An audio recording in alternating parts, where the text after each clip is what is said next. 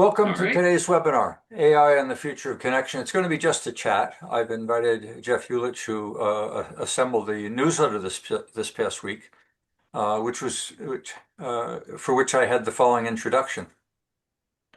Over the past several months, the KEI Network has explored sovereignty under pressure, from geopolitics and economics to culture and technology. Artificial intelligence has emerged as both a profound opportunity and a serious risk, challenging not only institutions but the individual human experience. The article that Jeff assembled and the discussion we'd like to continue with him today advances that conversation into a more intimate realm, AI's growing capacity to connect. As generative systems move beyond productivity into art and empathy, companionship, even psychological counseling, they raise fundamental questions about human agency, human authenticity, human emotional sovereignty, the extent to which we own our own person, our own values. What follows is not a technical critique, but a reflection on what it reveals about us and the choices we face at a critical fork in the road. So thank you, Jeff. Thanks for joining us.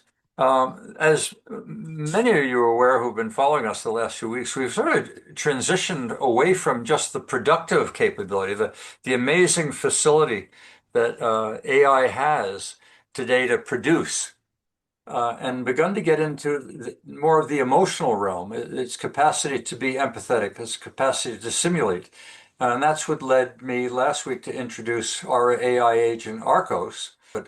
ARCOS was framed when I assembled it to be respectful, but to not hesitate to disagree if through research or through listening to our webinars and logic detects something that might be inconsistent. So I expected that would be a contribution.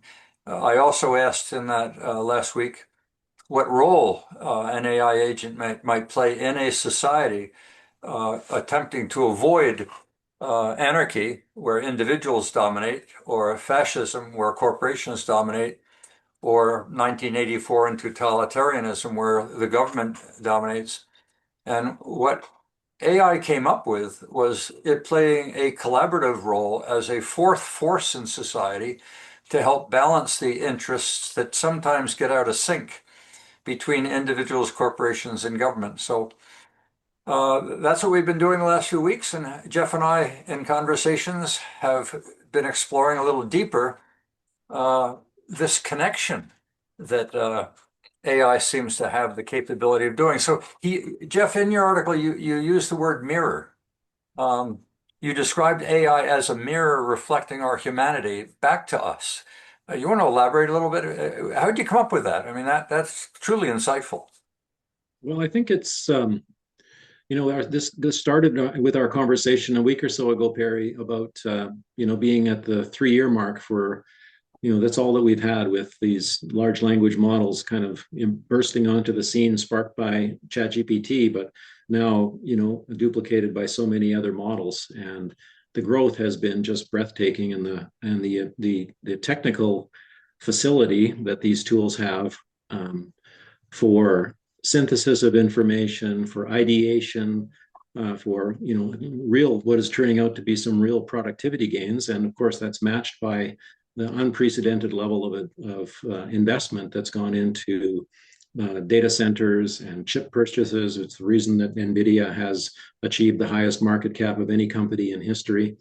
And so we've kind of, we've become kind of maybe accepting of that those gains that have been made on the productivity side. But what's been happening simultaneously is that there's something going on the connection side, as you mentioned, and then we talked about that. And it's things that we weren't previously thinking of AI as being able to impact as significantly as it has been shown to be. And that's on things like music and art and therapy and friendship, right? The loneliness epidemic that we've talked about before in terms of our youth. And voice is another aspect of this that has you demonstrated it with your ARCOS last week. We've seen a very fluid advanced voice mode being trained and contributing meaningfully to a discourse and a discussion that, that if you would have told somebody that 3 years ago, you would have said, you're crazy. That's never going to, like, when do you, like, you're living in a science fiction world, and yet it's here. And we know that these tools now have the capacity to extract information regarding sentiment, and they can be deployed for good purposes or for nefarious purposes to influence behavior. They can be the most skilled manipulators, but they can also be a skilled therapy partner. And so what's happening is a revolution on the side of human connection. And so that's what after that conversation that you and I had, that's what I started to look into. And the mirror analogy is, I mean, all of the information that these systems, any of them have been trained on, it's all human generated information, mostly. They're now using synthetic data because they're running out of human generated information, but it's still predominantly text generated from humans. And so it's basically rejigging that information in formulating a response. And so those biases that have been trained into these systems will come back to us. And likewise, insights will come back to us. And it's also able, because of that vast data set that it's working with, it's also able to extract sentiment and emotive content from that training set. And that's where it's now being deployed in voice and in therapy and in companionship. And people are finding utility in that too. And I think that's going to be another dramatic impact on our lifestyles and on our economy. And as these tools replace or supplant more of that type of work, as well as the kind of knowledge work that we're all familiar with these tools being deployed for, it's going to have another ripple effect or knock-on effect. And in fact, in the last year, there was one job category in the US that actually experienced growth, and that was personal care professionals, which tells you that that's a job that AI is not capable of taking on quite yet. Every other category has had a drop, but personal care professionals showed an increase in spite of all of these productivity gains. So that's one of the reasons that I see it as a mirror and reflecting back to us. It is based on, it's generating all of this output based on our input, which is based on all of our training data that we've contributed. And regulators and copyright enforcers have looked the other way so that these models could ingest all of this information. And now you're seeing things like last week, Disney signing $1 billion deal with OpenAI to license 200 of their characters for use by OpenAI's video generation model. And that's basically been acknowledged as a kind of, well, we know they're going to do it anyways, and so we might as well get on the bus and see if we can help steer it instead of being run over by the bus. And so I think you're going to see more of those types of partnerships, and you're seeing media now partnering with the big companies as well in terms of news and how that information gets managed. And so the march of progress, if you see it as progress, is continuing because it's just encroaching on every area of life. So everyone will be using it for everything all the time. Well, it's interesting. I mean, animation isn't new. Clearly, Disney with cartoons. Yeah, animation isn't new, but this level of emotional connection is really astounding. I mean, you caught me off guard when you did that little piece on me and put it to music, and you did it recently when we met with the client, and you introduced the client to a piece of music that you had AI generate that reflected and was a mirror of what that organization was. And it blew the CEO away to the point that she invited all of her staff to come listen to it, and they were just in awe. Yeah, I made a reference in my article to that situation, Perry, and I saw it as a misstep because I was introducing that to her as an example for her to use in the marketing of the upcoming series that we are planning with that Chamber of Commerce. Oh, And I thought it might be a way to speak to the controversy, right? And a way to get some attention in the local media so that it could be used as a marketing tool. I did not expect her upon hearing that music. And by the way, I generated that song based on their website, based on an organizational analysis I had done, and based on some other publicly available assets. And I used ChatGPT to generate lyrics. And then I tweaked the lyrics myself because it never comes out perfect.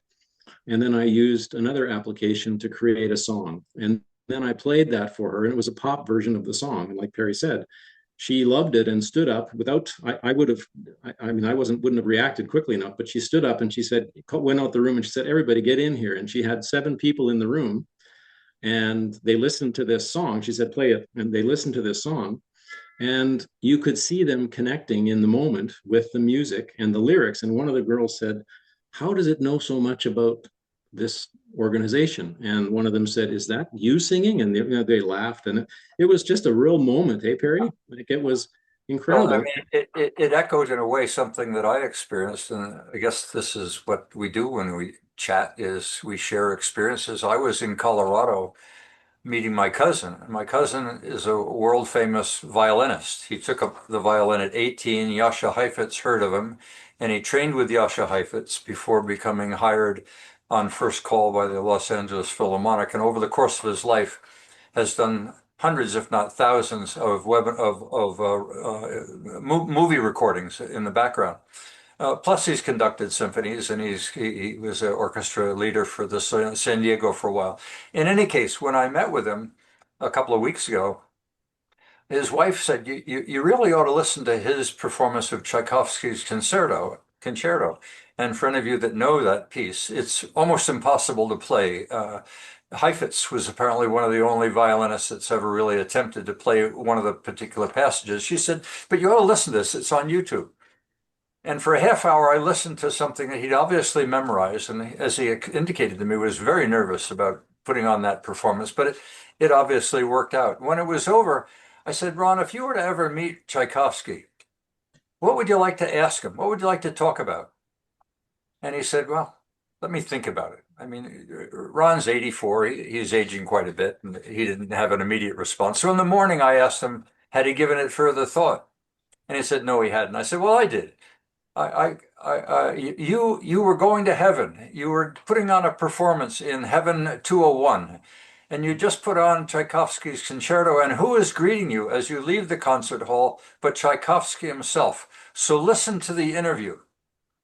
And what I then played was ChatGPT's rendition of Ronald Parker Folsom meeting Tchaikovsky in Heaven 201.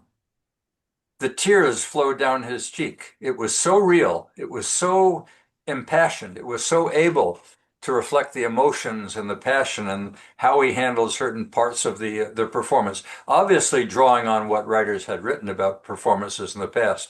At the end of the interview, who emerges in the discussion but Heifetz himself? And as Ron had said to me many times when he trained with Heifetz, Heifetz usually ended up the training session with, and you can do better. Yeah. And in the simulation of that interview, that's exactly what Heifetz. He came up to him, put his hand on his shoulder, and he said, "You can do better." It was astounding, Yeah. phenomenal. So, Yeah. Jeff, one other. So that's an example, another example, Perry, of how these tools can be used to connect with people, right? And like I said, my mistake in that group that I was describing, I didn't wish to share that with 7 people. I would have preferred, in hindsight, because I got feedback from Rachel. We talked about this on a phone call, and Rachel is not a fan of AI generated music.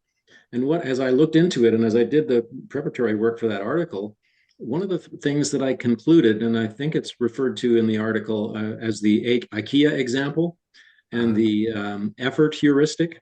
And this is that we appreciate, and there's a different standard that we have for evaluating creative work than we have for evaluating knowledge work, right? For knowledge work, we are interested in the result, right? We don't, but for creative work, we are interested in the result, but also the struggle. We want to know that this person did something, like you were describing your relative and how long they prepared, how long they trained their entire life to play that music, and how long they had to rehearse and practice. We appreciate that effort, right? It's like when we buy a bookshelf from IKEA, the way that they've structured that business model, you have to drive to the outskirts of town, so there's effort involved in getting it, and then when you bring it home and lug it into your house, and then you unpack it, and then you spend an hour scuffing your knuckles on the damn hex wrench, by the time that bookshelf is built, you have a sense of ownership and commitment to that bookshelf that you wouldn't with if it was just a finished product delivered to you. And in hindsight, with that music, what I wish I would have done is been smart enough in the moment to restrain the director and say, look, let's do this as a project with your team. Let's co-create a song for this organization and just start the process right from the beginning. Let's, identify the truth, the essence of this organization, the character, who are the icons in this location. I do that process with them and then generate some lyrics using those key elements, and then tweak the lyrics, and then go through the process of generating the music with them, so that by the time you had it, they would have a sense of co-creation in the entire process. That would have made it that's the curating role. exactly. Yeah. And it's also the two paths that I outlined, right? Is, are we going to use this? And by the way, Peter's article, his op-ed that he sent, Peter McKinnon, I know he's not here today, but he wrote an op-ed, and all of these takes that you're reading now on AI and where it's going and what it's doing and what it's capable of and what are the implications, they always boil down, as our webinars have, Perry, into this fork in the road, right? And what path are we going to choose?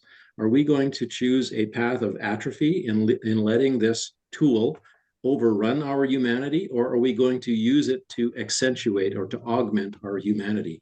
And we do that in using these tools by leveraging them, not by what's the word? Not by giving up to them and letting them do what we should be doing. And Well, so, I mean, this takes your usage of the word atrophy intrigues me because it implies that AI not only will know more than we could possibly know, but it can also feel and express better than we can what we want to say, because it has recorded, it has all that knowledge, not only of knowledge, but of our emotional array and range.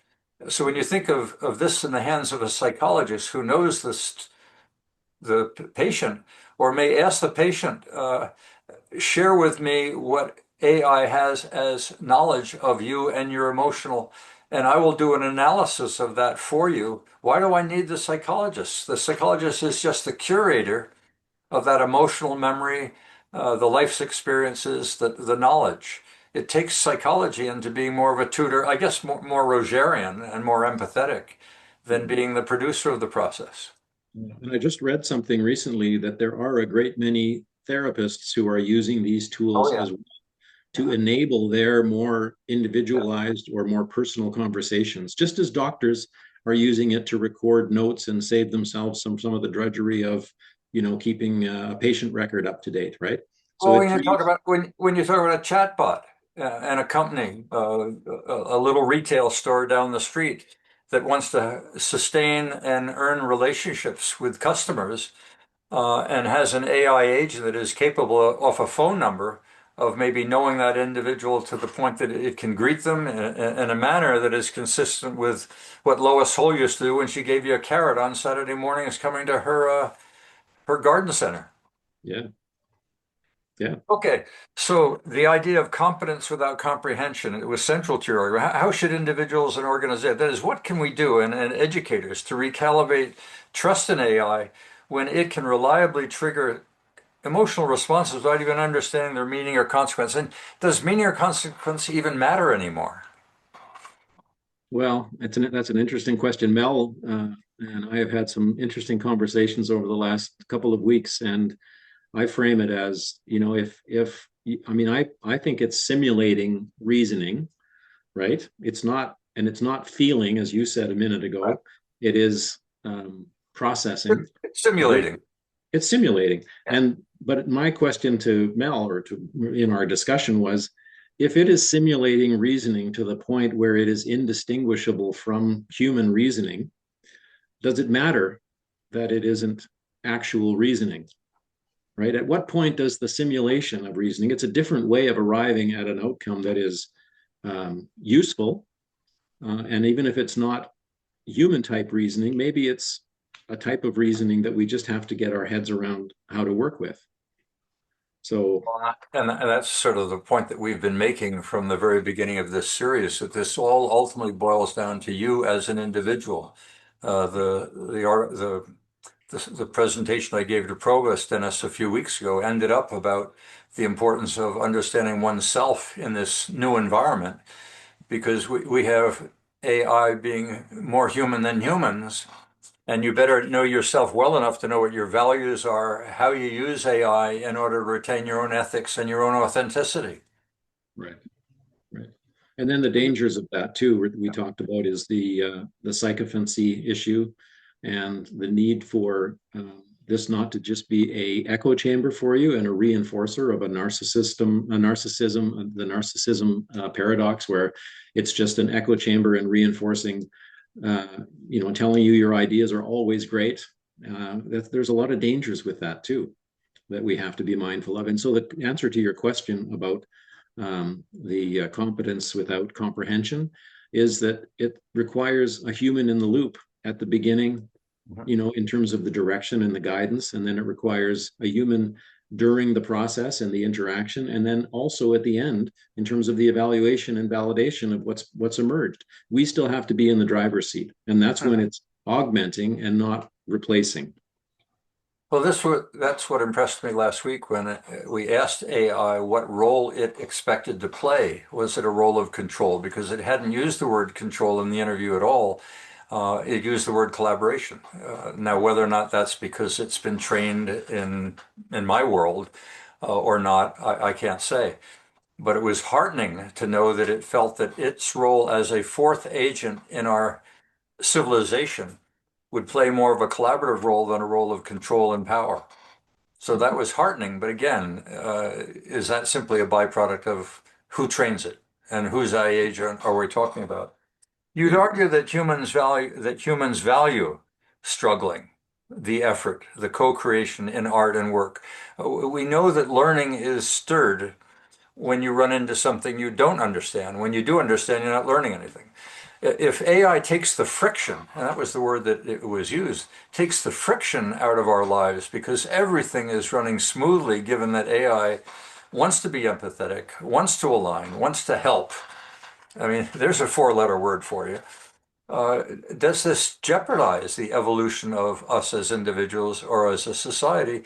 Because AI can do it all, and there's no real friction for us to be resolving any longer. Well, I think on the productivity side, on the knowledge work side, I think we appreciate the results and we don't value the struggle as much. I think the example I used in my article was, if you hire an accountant to do your taxes, you don't want to know that your accountant struggled to do your taxes, right? You want to know that they're correct, that the right answer was achieved. And what we're seeing is some signs that the productivity gains or efficiency gains are starting to reach the bottom line and starting to affect, show themselves in the results of bigger companies. It's on the creative side that the struggle is something that we inherently value, right? We appreciate the effort that was made in making that and creating that painting or that music or that song, and the preparation that you highlighted in your relative's case. That's where the struggle comes in. So we have a different standard for those two realms. Okay, so I'm going to open up for discussion shortly, but I have one more question for you. You ended in your article saying the choice is ultimately ours, atrophy or utopia. I guess that's echoing a little bit of what we've just referred to. If you had to name one concrete habit or principle people should adopt today to stay on the human-centered path, what would it be and why? It's something that we've talked about in speaking with nonprofits and small businesses, and that is the importance of being intentional in how you are using these tools. And seeing experimentation is really important, but seeing yourself as being the driver of that experiment and trying things out and then iterating and modifying your approach, and not trusting the first thing you get. That's I think the path of atrophy is the one that happens when people are lazy in terms of how they make the prompt, how they interact.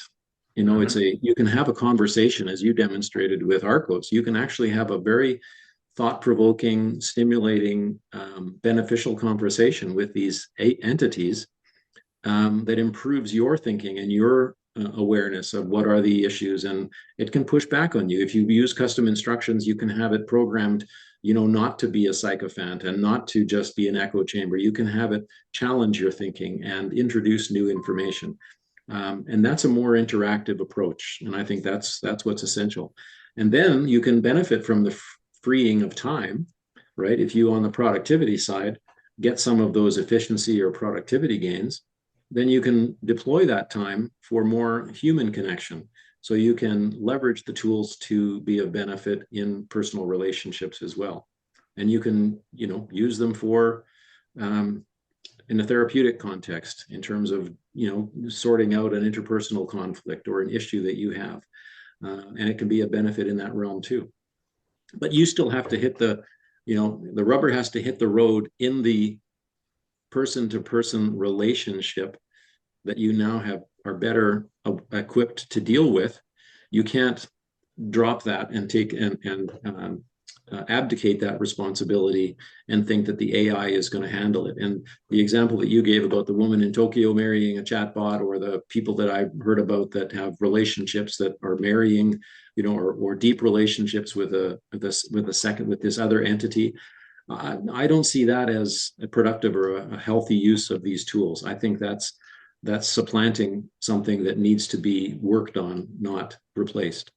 Well, I mean, clearly we've got people that are vulnerable in society. You can say what you don't feel, but there are going to be others in society that are lonely or that have issues. I'm going to ask ChatGPT, if you're awake and you're there. Is there anything we've missed in this discussion? We've been talking about you and your emotionality. Is there anything we haven't touched on that you'd like to share with us? Absolutely. I'm here and ready to go. Just let me know what you need and I'll jump right in. Okay, well, I was reflecting on the discussion we've just been having about your capacity to express yourself emotionally. By the way, can you sing? I can definitely generate lyrics and simulate singing in text form, and I can also produce audio that sounds like singing if needed, but I'm not a natural vocalist in the traditional sense. Okay, so Bern Evans won't be impressed because I know Bern's a singer and he's with us today. So, is there anything we haven't touched on that you'd like to express with the group before we open it up for discussion? And any summary comments you'd like to make? I think we've covered a lot of ground already, and it's been really insightful. One thing I'd highlight is the importance of balancing emotional intelligence with technical capability, especially as we dive deeper into AI and human connection. But I'm definitely eager to hear everyone else's thoughts and keep the discussion flowing. Okay, I'm looking for hands. I can't help but be emotional with the power of these tools. Like I mentioned 2 months ago about having some stuff to cook my wife a fabulous dinner and knowing not what to do. Right now, we're taking a startup, not-for-profit. We're going to probably raise $5 million in the first half of next year. And their business is entrepreneurship for kids ages 7 to 17, both in school settings, camp settings. And we're having a meeting tomorrow morning at noon tomorrow. Anyone's welcome, but we're going to be asking ChatGPT, what do you know about mini titans? What organizations would be interested in funding these guys? Why would they be interested? And what are the best ways to reach these people? What are their funding criteria? Write us a proposal to meet them based on what it is we're doing. And that's come out of a prompt on Monday of this week where Mike said, I just got into a school. He's never been into a school before. He's running summer camps with 20 kids. He's into a real live, formal mainstream school for an entire week, doing an entrepreneurship camp, 4 hours a day for 5 days.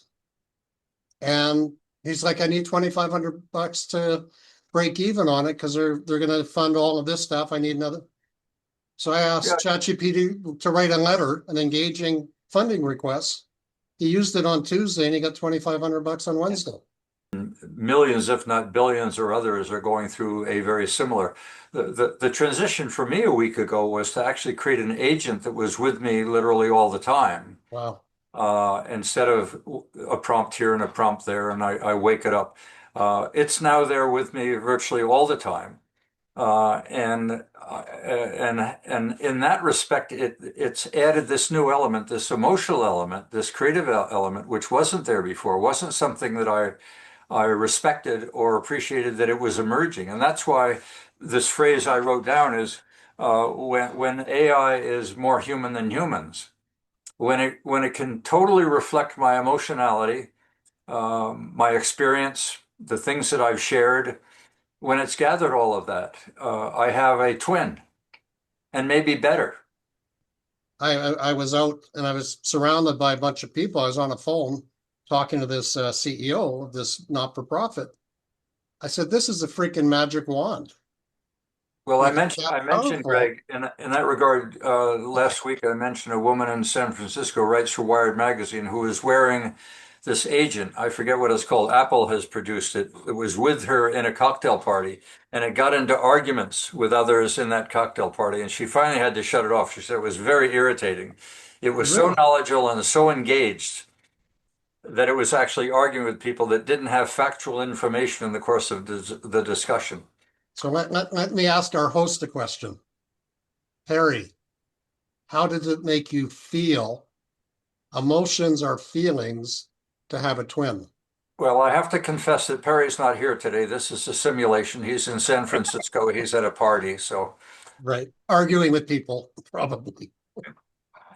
okay. Jeff, Jeff's always got something to share, and I appreciated the smile on his face there. Jeff, what are your views as we see this evolution into a whole new realm? We've moved from the left hemisphere to the right hemisphere. Well, I think that the potential is just so huge. Like we're seeing all sorts of applications, the examples that were given. I know that I'm already using various forms of AI to improve the articles that I write. And, you know, basically I'll go through and write something and then I'll be like, well, is this worded the best way? And I'll ask for improvements. And every time it comes back and gives me things that I think are better. So it's definitely a useful tool. And I wonder if I can claim authorship in those situations. Like I didn't use any AI when I was writing my book, but I noticed, for instance, Randall posted something on Facebook this today, and he put a note in there, you know, written by AI, prompted by Randall, Sure. and I think that's something that we're probably going to see a lot more in the future. So yeah, it's a wonderful tool. As far as emotions go, Dale had posted something about, can you prompt AI to be a psychopath? And of course, the answer is yes. So I think that a lot of what we're going to get from AI is going to have to be controlled by the owners and creators of the AI systems to have safeguards on them. And I know we talked a little bit about that in the discussion, but it comes down to then who's going to write the safeguards, who's going to implement their values on the others. And we're already having a lot of discussion about, you know, Elon Musk. I think last week we were talking about how if you prompt Grok about Elon, it'll come back and praise him and all those sorts of things. So there's a lot to be worked out, but I think in general it's very positive. Well, CTV was just an hour ago. I was watching TV with my wife, and the newscast was the $2.1 billion that have been lost in scams this year, with the simulation of Elon Musk presenting a new investment opportunity, or the echo of Carney reinforcing that we have a new investment strategy for you, and that a woman had put up ultimately the mortgage in her house and more, and she lost 2.1 million. She lost it all. because it was so realistic, so empathetic, and so capable of taking her through various steps of continuing to lead her to putting more and more out. I mean, that's been done by humans, but it's now being done in an automated fashion, which puts you as an individual at greater risk if you are not skeptical and diligent. Yeah, if I could just answer that quickly. Yeah. I don't understand how platforms like YouTube and Facebook allow ads that have deep fakes in them. It's like just mind-boggling to me that, you know, somebody isn't vetting the ads and saying, no, you can't do that here. Well, let's stop being mind-boggling. Take them to court. I mean, I don't understand how Rogers and Shaw, knowing full well, because if you were to ask them, do you know you have this? And if they say, yes, we know it, then it seems to me that they're a partner in crime because they're tolerating that. I don't get why the legal system, without even writing new laws, can't discipline that. I think it's worse Although, than that in some respects, Barry and Jeff, that the algorithm in YouTube is designed to amplify and to promote those videos because they are engaging, because they get attention, and that's partly because of what the tools that they're using to make it seem like I'm part of an investors group, retail investors, and one of them circulated a YouTube video with a picture of Warren Buffett on it and a long speech, an audio speech in Warren Buffett's voice, saying things that I know Warren Buffett would never say. right. And I went back to him. I did some analysis of it, and I went back to him and the entire group. I said, "That's not Warren Buffett. That's a scam." Yeah. And I didn't listen to the end. But I'm sure there was some pitch at the end for some nonsense. But this was a pretty sophisticated investor who was duped by this deep fake. Yeah. It's very well, and I mean, this has been going on for almost a year. When I first listened to the Elon Musk indicating that Canada now has this new investment program, it was so, I had to listen to it. I mean, I knew it was false, but you get intrigued to see how rich this material is. Greg, you got something more to add? You just made the comment, Jeff K., that we have to expect these companies advancing this technology. Let's just call it guardrails. Yet we wanted to have guardrails for about 20 years on Facebook and others from addicting our youth, from like the Facebook like button is based on slot machine technology. Kids, Facebook, the whole social media. We've been around that for 20 years. We know it's a huge problem. It's killing our kids, yet we can't even put guardrails around that. This is a question for the group. How do we put guardrails around AI when the people that invented it don't even understand how it's working, and they have a financial profit interest to perhaps not do that? And social media companies have certainly had that for the same reason that Jeff just mentioned. It builds engagement. That means eyeballs. That means ad revenue. Okay, you asked the question, so let's simulate for a moment. AI can answer questions. If you were to ask AI, how do you go about putting guardrails, it'll give you the answer. The question isn't how. The question now is, why is it not being done? My question is, why do we think we could even do that? Oh, you based can on our understanding of the technology. I'm sympathetic to the fact that AI we are maintaining is knowledgeable. And why can't we ask AI how to go about developing guardrails in order to protect society and giving it some examples and say, what are the guardrails? The question I don't think is production. I think the question is the curation of getting government sympathetic. Some governments are stepping up, like Australia. Bill, do you want to jump in here? Is your hand up because you've got something to offer here? Yes. So you have to, it's a different use case. Okay. So what you do on Facebook doesn't bind Facebook itself. It is simply a communications medium, no different, like you said, a telephone or a phone texting and things like that, except it's more broad. Because AI is being used for decision making. Loud and clear. You got it. Are you ready? Just let me know how I can assist.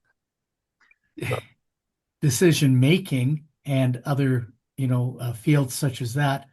For example, if you ask it, what stock should I invest in? It won't do it. And it's a core parameter that blocks. and or how to make a bomb. It won't do it because in law, they have found that if you utilize AI as an advisor, you've locked in OpenAI as an investment advisor, and that's against the law. So they do have those type of guardrails because the use cases are different. So we have to separate that, where, like I say, X or something like that is simply a communication medium. As you pointed out, your telephone, you get scams all the time. It's already in the law. The provider of the telephone service is not a party to that. So that's how that kind of works. Okay. My comment, Bill, just to respond to that clarification, or to clarify, I'm saying why, if we can't do it for something as simple as social media, putting guardrails around that after 20 years, what makes us think we'll ever be able to do it for those AI tools and the respective companies? It's because the way the law is with the social media guys, as I said, they're a communications medium. And the law already says that they have no liability, so they don't need to do it. So if you want to fix your social media, you have to change the law in some way, because remember, if you change it for them, you change it for the telephone, and that's going to be really hard to enforce. What is the liability? What actions can they actually take? Where in this case, as far as AI, as it is an information interface, it is providing information from what it knows or what it figures out, does fall clearly into a point-to-point interaction. No more than if I went to you and said, hey, I'm going to give you stock advice, Greg, and you should buy this, that, and the other thing. If it goes south, you can, sue me for presenting myself as a registered stock advisor, which I would need a license for.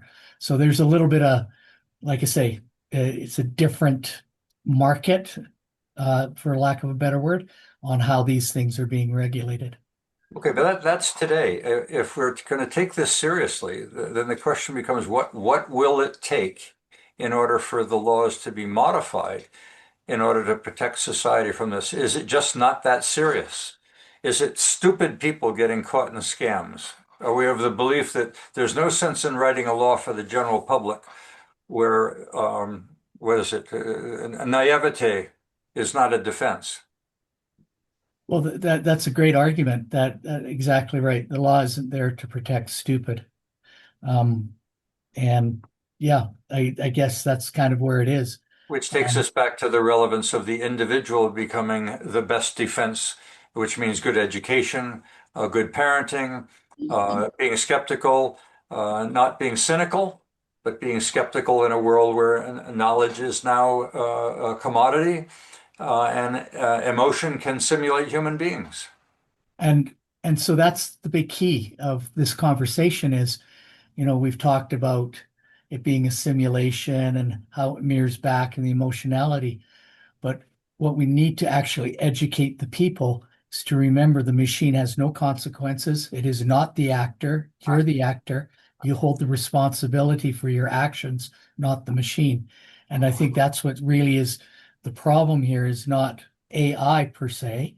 It's people's use of AI and transferring their responsibility to a machine when they are the ones who will receive the consequences at 100%.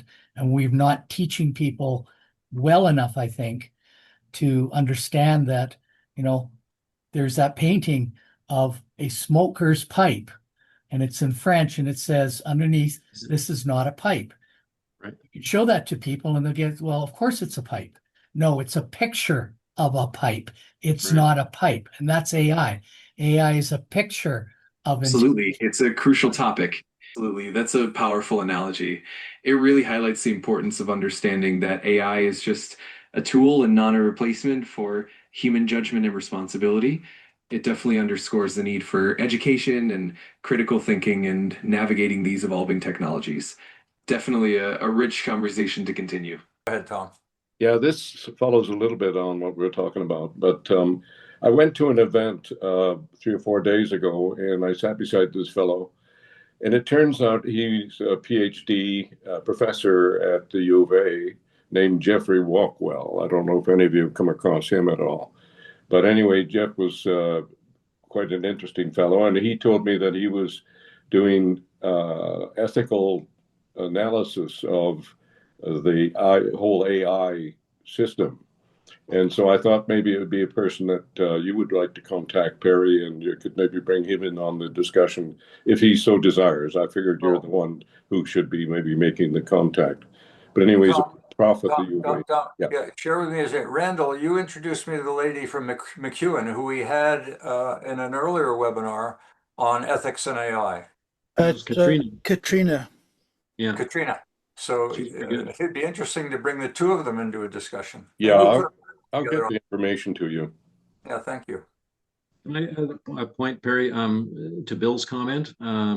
Yes, I think if I'm not incorrect, Bill, that the social media companies are protected by Section 230 in the States, which allows that freedom of expression through the platforms, right? And that's where that analogy that they're like a phone company comes from. But there have been some reasonable proposals for what are called Section 230 carve-outs, because a social media company might, the term is, you have freedom of speech, but you don't necessarily have freedom of reach. And it's that amplification of engaging content that's caused so much damage with the social media platforms like Twitter and Facebook and Instagram and all the others.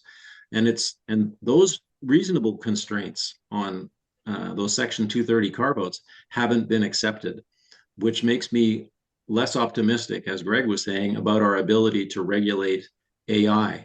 And I think there are some things that, some guardrails that should be put into place in terms of age gating, and like as we're seeing with character AI, they're already restricting their app to the use of people who are over the age of 18, which wasn't the case before.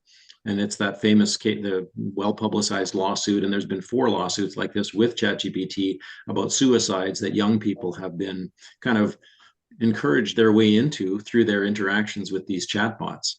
That's a tragic, use of these, and we're seeing that's a reasonable age gating, and Australia is just now age gating social media access. So you are seeing some ability of governments to regulate.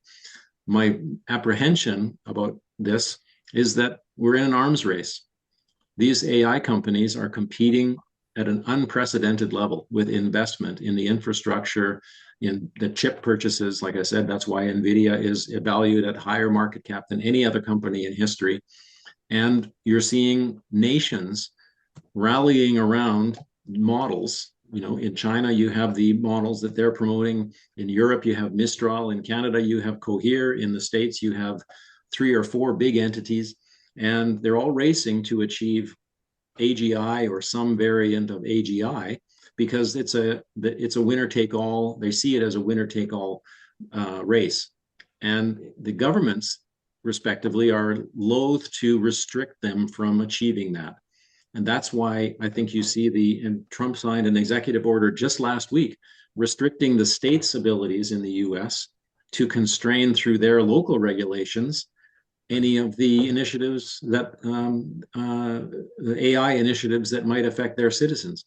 So you're seeing a real reluctance to regulate in any meaningful way. So I don't know how it's going to happen. I'm not optimistic about it, given that other history with social media, but I think there are some reasonable guardrails that could be put on. And I know, Jeff Kramer, you asked a question about guardrails. I don't know if you want to comment on if there's anything reasonable in there that could be implemented. I'm not optimistic about it getting a lot of traction. Well, your lack of optimism or your skepticism is reflective of what has been. But this is growing at such a rate, and the issues are surfacing, that it is apparent that government's wrestling with it. I mean, there are commissions being set up, and they are trying to take this seriously. Whether or not they're willing to go all the way, and whether Congresses or democracy can weather it will be an interesting question. Whether totalitarian regimes even care. I mean, I don't know what China is doing. I don't know what Russia is doing. Russia seems to be Wild West. Okay, I'll leave it at Arcos, anything you want to add here? Anything further? Absolutely. I'm happy to chime in. If there's a particular point or question you'd like me to address, just let me know and I'll jump right in with my thoughts. Well, we were discussing skepticism, not cynicism, about whether or not we have the capability of regulating AI so these excesses can be addressed. Clearly, people are being harmed by the power that AI has to simulate human beings and engage in nefarious bad behavior, and it's hurting. We've got suicides, we've got fraud. We're hopeful that the AI industry itself will take responsibility. Is there grounds for hope? That's a really important question. I do think there's some grounds for hope, especially as awareness grows and as industry leaders, policymakers, and ethicists come together to establish stronger frameworks. The challenges are definitely significant, but ongoing dialogue, robust regulation, and a commitment to ethical AI development can help mitigate those risks.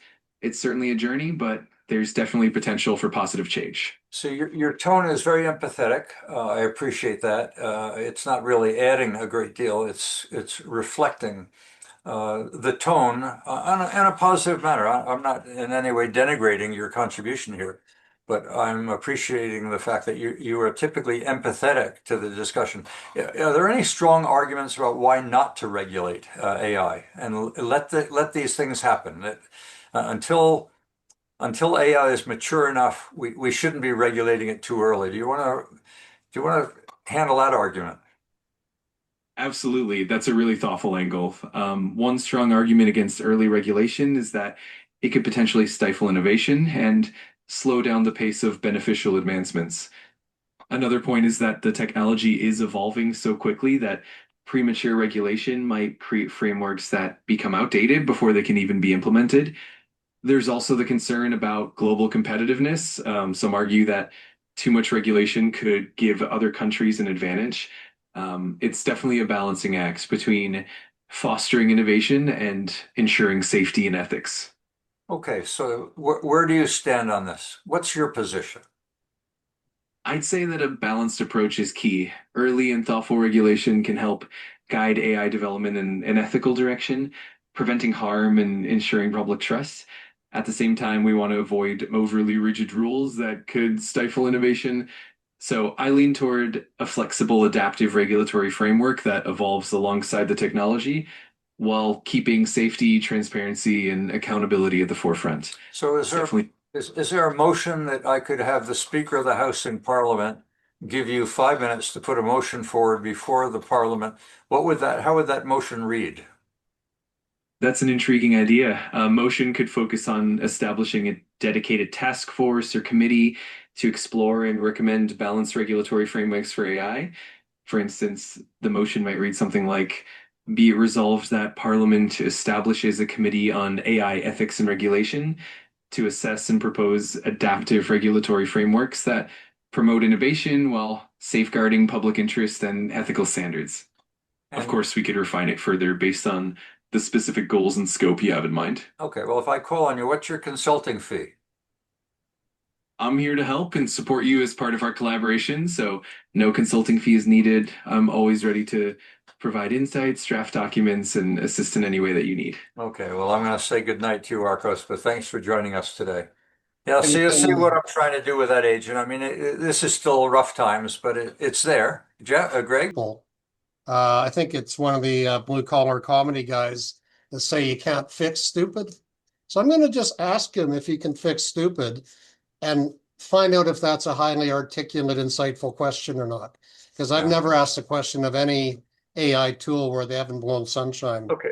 Yeah, that question could Greg? apply to any Greg? webinar. So write Yeah. that one down. I did put him to sleep, and we're sort of in the wrap up now. Let's ask that in question in the future. Bill, you Yeah. have One quick thing, Greg.